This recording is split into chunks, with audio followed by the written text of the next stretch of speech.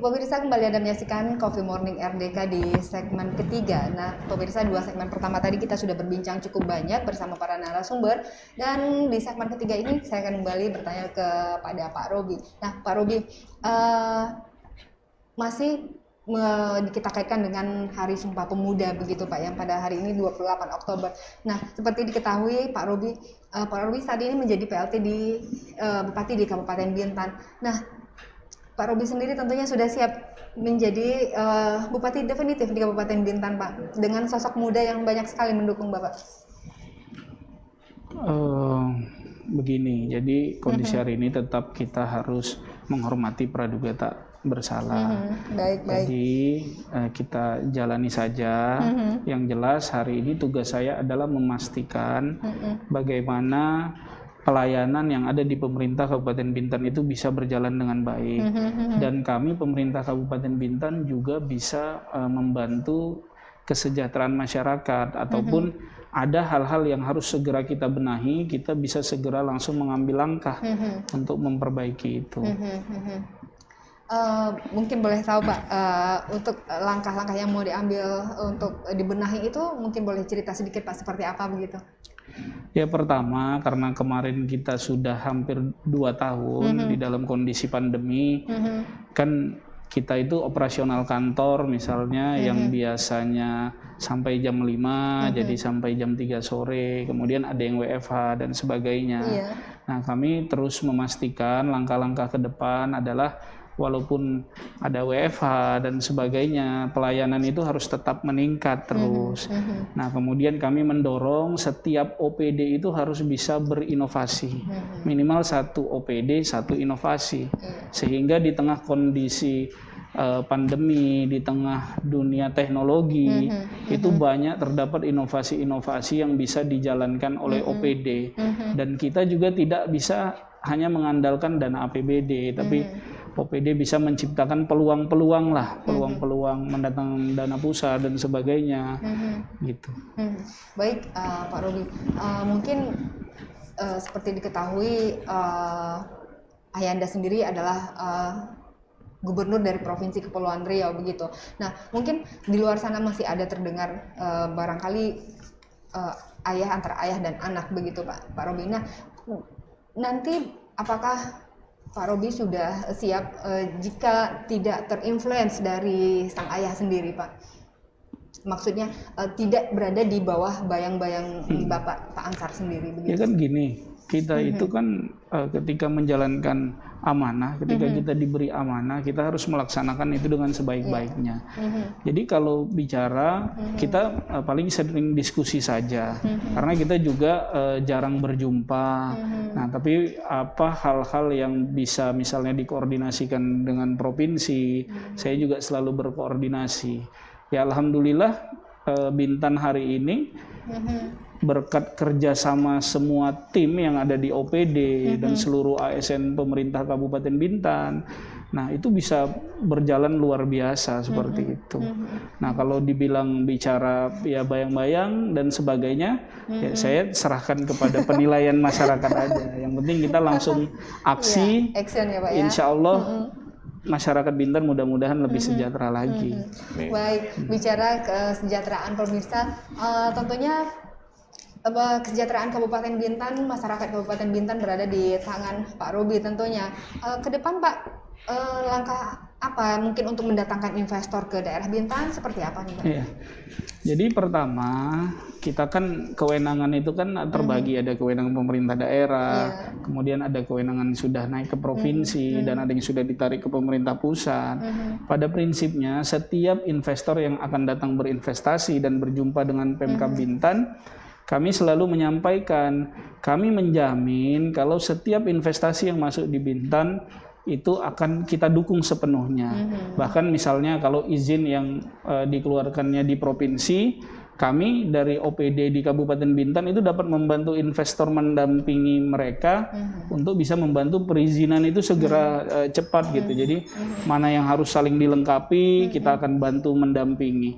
Karena tidak mungkin kita bicara pertumbuhan ekonomi kalau tidak ada investasi yang datang gitu. Nah, untuk peluang Kabupaten Bintan sendiri untuk mendapatkan investor dari luar negeri tentunya sangat terbuka begitu ya Pak ya? Ya alhamdulillah kita 1 minggu itu bisa 2 kali ketemu calon investor-investor yang datang. Ya, apa yang menarik perhatian mereka? Apa yang menarik bagi calon investor itu untuk berinvestasi di Kabupaten Bintan Pak? Apakah untuk daerah pariwisatanya sendiri atau mungkin muatan lokalnya sendiri Pak? Kalau saya melihat adalah kondisi letak geografis Kabupaten Bintan yang berdampingan dengan negara tetangga.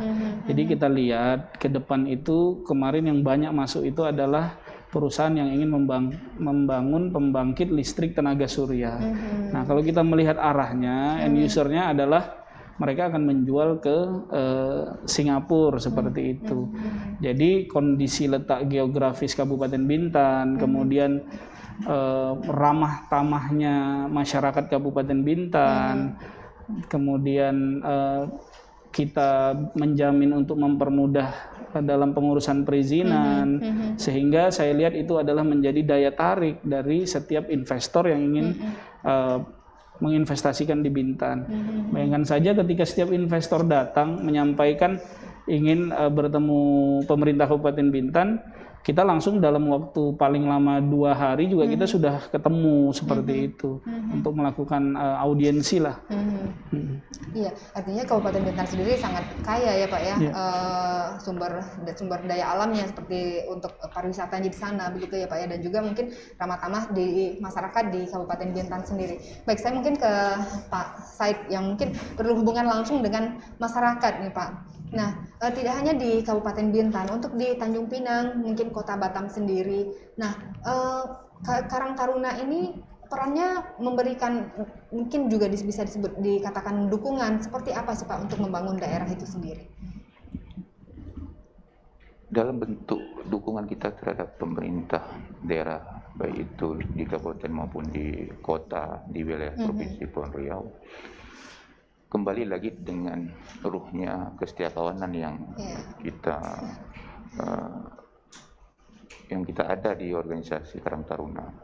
Jadi tugas utama di Karang Taruna kan bagaimana meminimalisir permasalahan sosial. Ini juga contohnya bagian apa, yang ya permasalahan sosial kan banyak nih.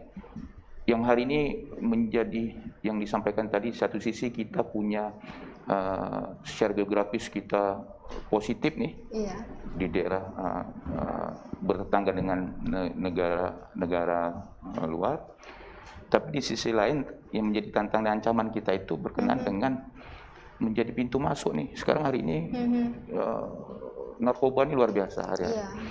Ini juga menjadi tanggung jawab kita bersama. Baik itu seluruh elemen masyarakat lah.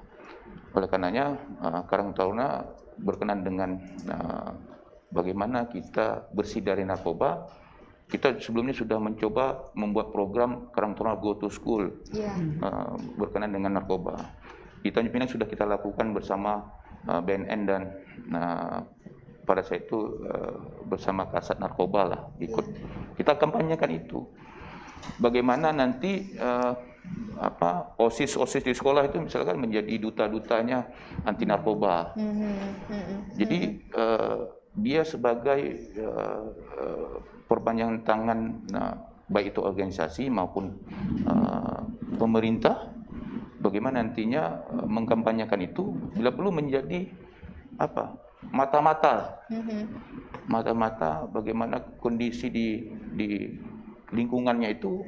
Kalau ada tercium mengarah-arah berbau narkoba itu diinformasikan kepada pihak-pihak yang terkait supaya memang bagaimana pencegahannya itu. Jadi edukasi kepada anak-anak usia itu sudah kita tularkan. Jadi tidak cukup dengan kawan-kawan yang bergabung di Karang Taruna. Nanti bisa juga bersama dengan Satma PP dan seluruhnya lah. Karena ini saya sangat prihatin ketika kalau kita betul-betul mendatanya, hampir tiap hari ada berita tentang narkoba. Iya, benar. Kita ditangkap 1 ton, 1 kilo. Tidak tutup kemungkinan keluarga kita itu menjadi bagian dari itu. Itu yang sangat kita sayangi. Padahal mereka generasi-generasi penerus tadi. Pak Bupati sampaikan ini pemimpin-pemimpin masa depan di daerahnya. Nah, ini yang kita khawatir. Kalau itu kita tak cegah, optimisme kita ke depan berkenan pembangunan daerah ini akan hilang gitu harapan itu. Oleh karenanya, sama-sama kita berkomitmen nanti bersama pihak-pihak terkait untuk hal ini jangan disepelekan. Itu salah satu program ini juga menjadi catatan penting bagi pemerintah, tapi di lini itulah kita ambil. Mungkin dari pariwisata ada nih asosiasi, ada praktisi, pelaku usahanya. Bidang-bidang terkait semuanya pasti ada mitra-mitra pemerintah. Tapi Karangtol di mana? Di situ salah satunya. Karena berdampak sosial yang cukup besar. Begitu juga dalam kondisi pandemi ini. Ini kan masa transisi ketika tadi kita bicara level. Kita satu sisi optimis ini levelnya sudah dari 4 ke 1. Tapi kita harus menyiapkan diri juga menghadapi ke level ini ketika tidak ada levelnya lagi. Jangan kita sudah terlena 2 tahun ini cukup mempengaruhi kondisi masyarakat hari ini. Ya bisa jadi hari ini dengan digitalisasi orang sibuk. Ada satu sisi orang memandang negatif bicara online game online. Kan gitu nih. Tapi ada sisi positifnya juga. Yang hari ini kita dengar YouTuber kita siapa yang saya lihat di kemarin kok ramai, ada apa di Jalan Pramuka? Rupanya punya usaha yang hari ini mereka beliau-beliau itu punya kepedulian juga. Yang hari ini sebenarnya harus Karangtuna yang terdepan. Ketika kita sudah mapan baru kita bisa lebih bersosial. Oleh karenanya penting juga bicara ekonomi tadi. Saya kira itu. Baik, mungkin menarik juga Pak ya membahas ini di tematika pada hari ini. Nah, Pak Robi tadi Pak Said juga mengatakan bahwa yang menjadi masalah sosial yang akan menjadi perhatian bagi pemerintah maupun masyarakat itu adalah masalah sosial terkait dengan adanya peredaran narkoba gitu kan Pak. Nah, mungkin untuk daerah Kabupaten Bintan sendiri mungkin tidak terlalu terlihat seperti apa sih peredaran narkoba itu di sini, tapi tidak menutup kemungkinan bisa dikatakan benda haram, barang haram tersebut beredar di antara kita begitu Pak. Nah, dari pemerintah Kabupaten Bintan sendiri bagaimana sih Pak mengantisipasi ini, mengingat daerah kita juga menjadi keluar masuk sebelum pandemi ini menjadi keluar masuk para wisatawan maupun orang-orang dari luar negeri ke sini begitu Pak. Iya, terima kasih. Jadi memang ini harus menjadi perhatian kita yang serius. Karena apalagi tadi seperti yang Bang Said sampaikan, Bintan itu karena berbatasan langsung dengan negara tetangga, mungkin banyak yang ingin menjadikan ini sebagai tempat pintu masuk. Nah, kami pemerintah Kabupaten Bintan itu sangat mengapresiasi TNI Polri kami, yang mana kita bisa lihat hampir setiap minggu atau 2 minggu sekali itu ada penangkapan masuknya barang-barang narkoba ke Kabupaten Bintan. Itu alhamdulillah luar biasa. Kemudian kami juga bekerja sama dengan BNN, terus kemudian kami meminta kepada tokoh masyarakat, tokoh agama, dai-daiyah agar selalu memberikan pengetahuan pendidikan karakter kepada anak-anak muda kita. Kami juga minta kepada dinas pendidikan karena wewenang kita SD SMP. Jadi juga bisa diberitahu dari sejauh dini mungkin gitu, sehingga ke depan tidak ada lagi. Mudah-mudahan kita bisa meminimalisir lah itu. Tentunya juga peran keluarga begitu ya Pak ya untuk mengantisipasi peredaran narkoba di sini. Begitu. Baik pemirsa, ada pertanyaan di kolom komentar Facebook dari pemirsa kita yang menyaksikan tayangan saat ini. Saya bacakan dari Kurniawan Aini. Beliau menyampaikan salam untuk para narasumber dan juga untuk Bapak PLT Bupati Bintan. Beliau mengatakan sudah waktunya pemerintah hadir dan berperan aktif dalam rangka merangkul organisasi-organisasi kepemudaan yang ada di Bintan dengan mengumpulkan organisasi-organisasi pemuda dengan melakukan diskusi-diskusi tentang program dan peran organisasi yang ada begitu. Dan insya Allah ketika pemerintah hadir di tengah-tengah pemuda, maka pemuda akan bisa fokus dan konsisten serta kompak dalam melaksanakan programnya. Nah, tadi mungkin udah disinggung sedikit ya Pak Robi ya terkait dengan rencana-rencana ke depan yang akan dilakukan oleh Bapak Bupati Bintan ketika dia akan menjadi bupati definitif nantinya. Baik Pak Robi, mungkin ini bisa ditanggapi sedikit lagi Pak terkait dengan pertanyaan dari Kurniawan Aini.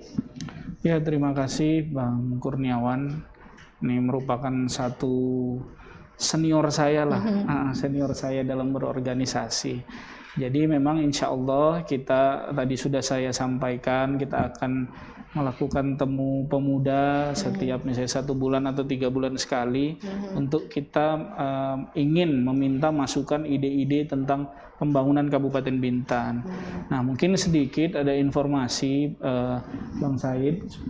Karang Taruna di Kabupaten Bintan, alhamdulillah kita melalui dana desa, itu Karang Taruna desa itu sudah dimulai untuk ada dibantu operasionalnya. Itu kurang lebih 5 juta ya, 5 juta per tahun kalau saya tidak salah. Nah, kami juga memberikan keleluasaan untuk Qatar desa itu bisa membantulah pengembangan desa. Nah, kami juga minta seluruh organisasi kepemudaan di Kabupaten Bintan juga bisa bersama-sama membantu dalam memajukan Kabupaten Bintan.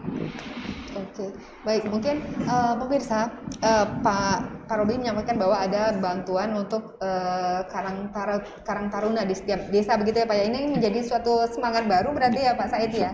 Baik, nah pemirsa mungkin saya akan ke Bang Coki kembali selaku Ketua Sapma Pemuda Pancasila. Nah, Pemuda Pancasila, rasanya mengingat nama Pemuda Pancasila ini artinya sangat nasionalis begitu ya Bang ya, organisasi ini sangat nasionalis begitu ya. Baik Bang, mungkin di akhir ujung pembicaraan kita pada hari ini, barangkali apa sih Bang harapan Bang Coki terhadap para pemuda yang ada di Tanjung Pinang maupun di Bintan, Kepri seluruhnya? Harapan saya pribadi untuk kedepannya, semoga organisasi-organisasi yang lain ini bisa bersatu, tidak adanya konflik, kita harus jauh dari konflik. Dan juga paradigma di luar kan tentang pemuda Pancasila juga harus dirubah. Dengan hadirnya Sapma kali ini di depan, kita akan menunjukkan bahwa pemuda Pancasila adalah orang yang intelektual. Bahkan ketua umum kita pun menyampaikan kita dulu pernah jadi haram jadah, sekarang kita harus balik ke sajadah, sampai kayak gitu.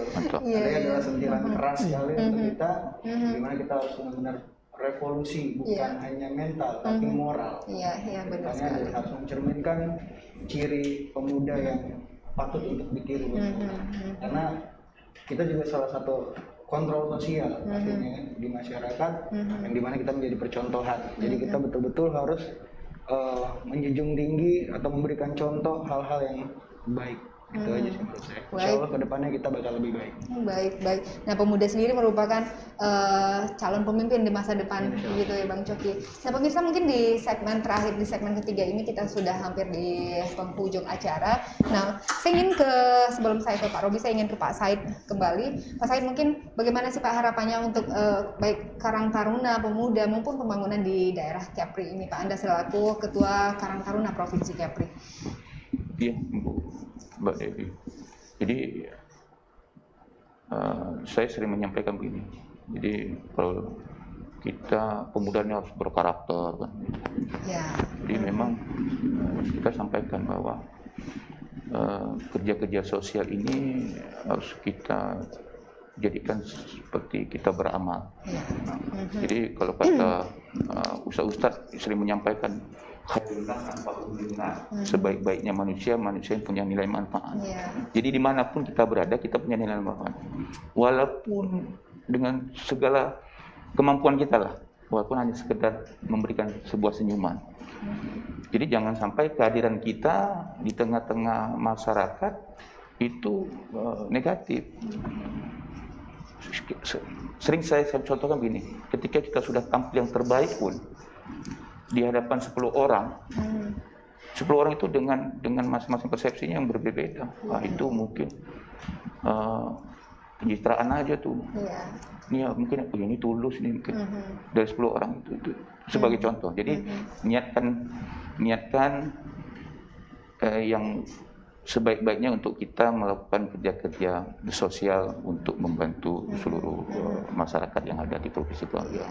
Ya insya Allah harapan kita dengan kami mengapresiasi Pak Bupati menyampaikan tadi ini wujud nyata bahwa pemerintahan Kabupaten Bintan ini memberikan stimulus kepada organisasi karang taruna di desa kelurahan. Tapi ini mengingatkan kembali sebenarnya di masa-masa pemerintahan orang tua beliau kalau tadi menyambung. Jadi memang kalau kami sering berdampingan dulu sampai beliau ini mendapat penghargaan pembina terbaik nasional 2011 di Karang Taruna. Ada beberapa yang hari ini menjadi catatan untuk kita evaluasi ke depan. Masih berjalan tak dulu program-program itu di Sungai Enam, di Tuapaya Selatan, di Sri Kuala Lobang, itu sampai dikunjungi pemerintah pusat, ketua umum sangat apresiasi. Oleh karenanya dengan semangat baru Bung Robi ini bisa memberikan kebangkitan kawan-kawan di wilayah Kabupaten Bintan, dan itu juga nanti bisa memberikan motivasi kepada kawan-kawan di kabupaten kota lainnya di Provinsi Kepulauan Riau, insya Allah. Baik Pak Said, terima kasih. Nah pemirsa, mungkin untuk menutup di penghujung acara kali ini saya juga ingin mendengar dari Bapak Robi, PLT Bupati Kabupaten Bintan, Bang Robi, Pak Robi, mungkin momen Sumpah Pemuda Bersatu Bangkit dan Tumbuh ini bisa diberikan mungkin sedikit harapan, apa momen semangat Sumpah Pemuda ini untuk kita ke depannya, Pak? Iya, bagi saya tentunya adalah pemuda itu harus selalu bersatu. Mungkin saya sedikit memberikan ungkapan saja, yaitu adalah pemuda hari ini adalah pemimpin di masa depan, bukan pemuda hari ini adalah pemimpi di masa depan.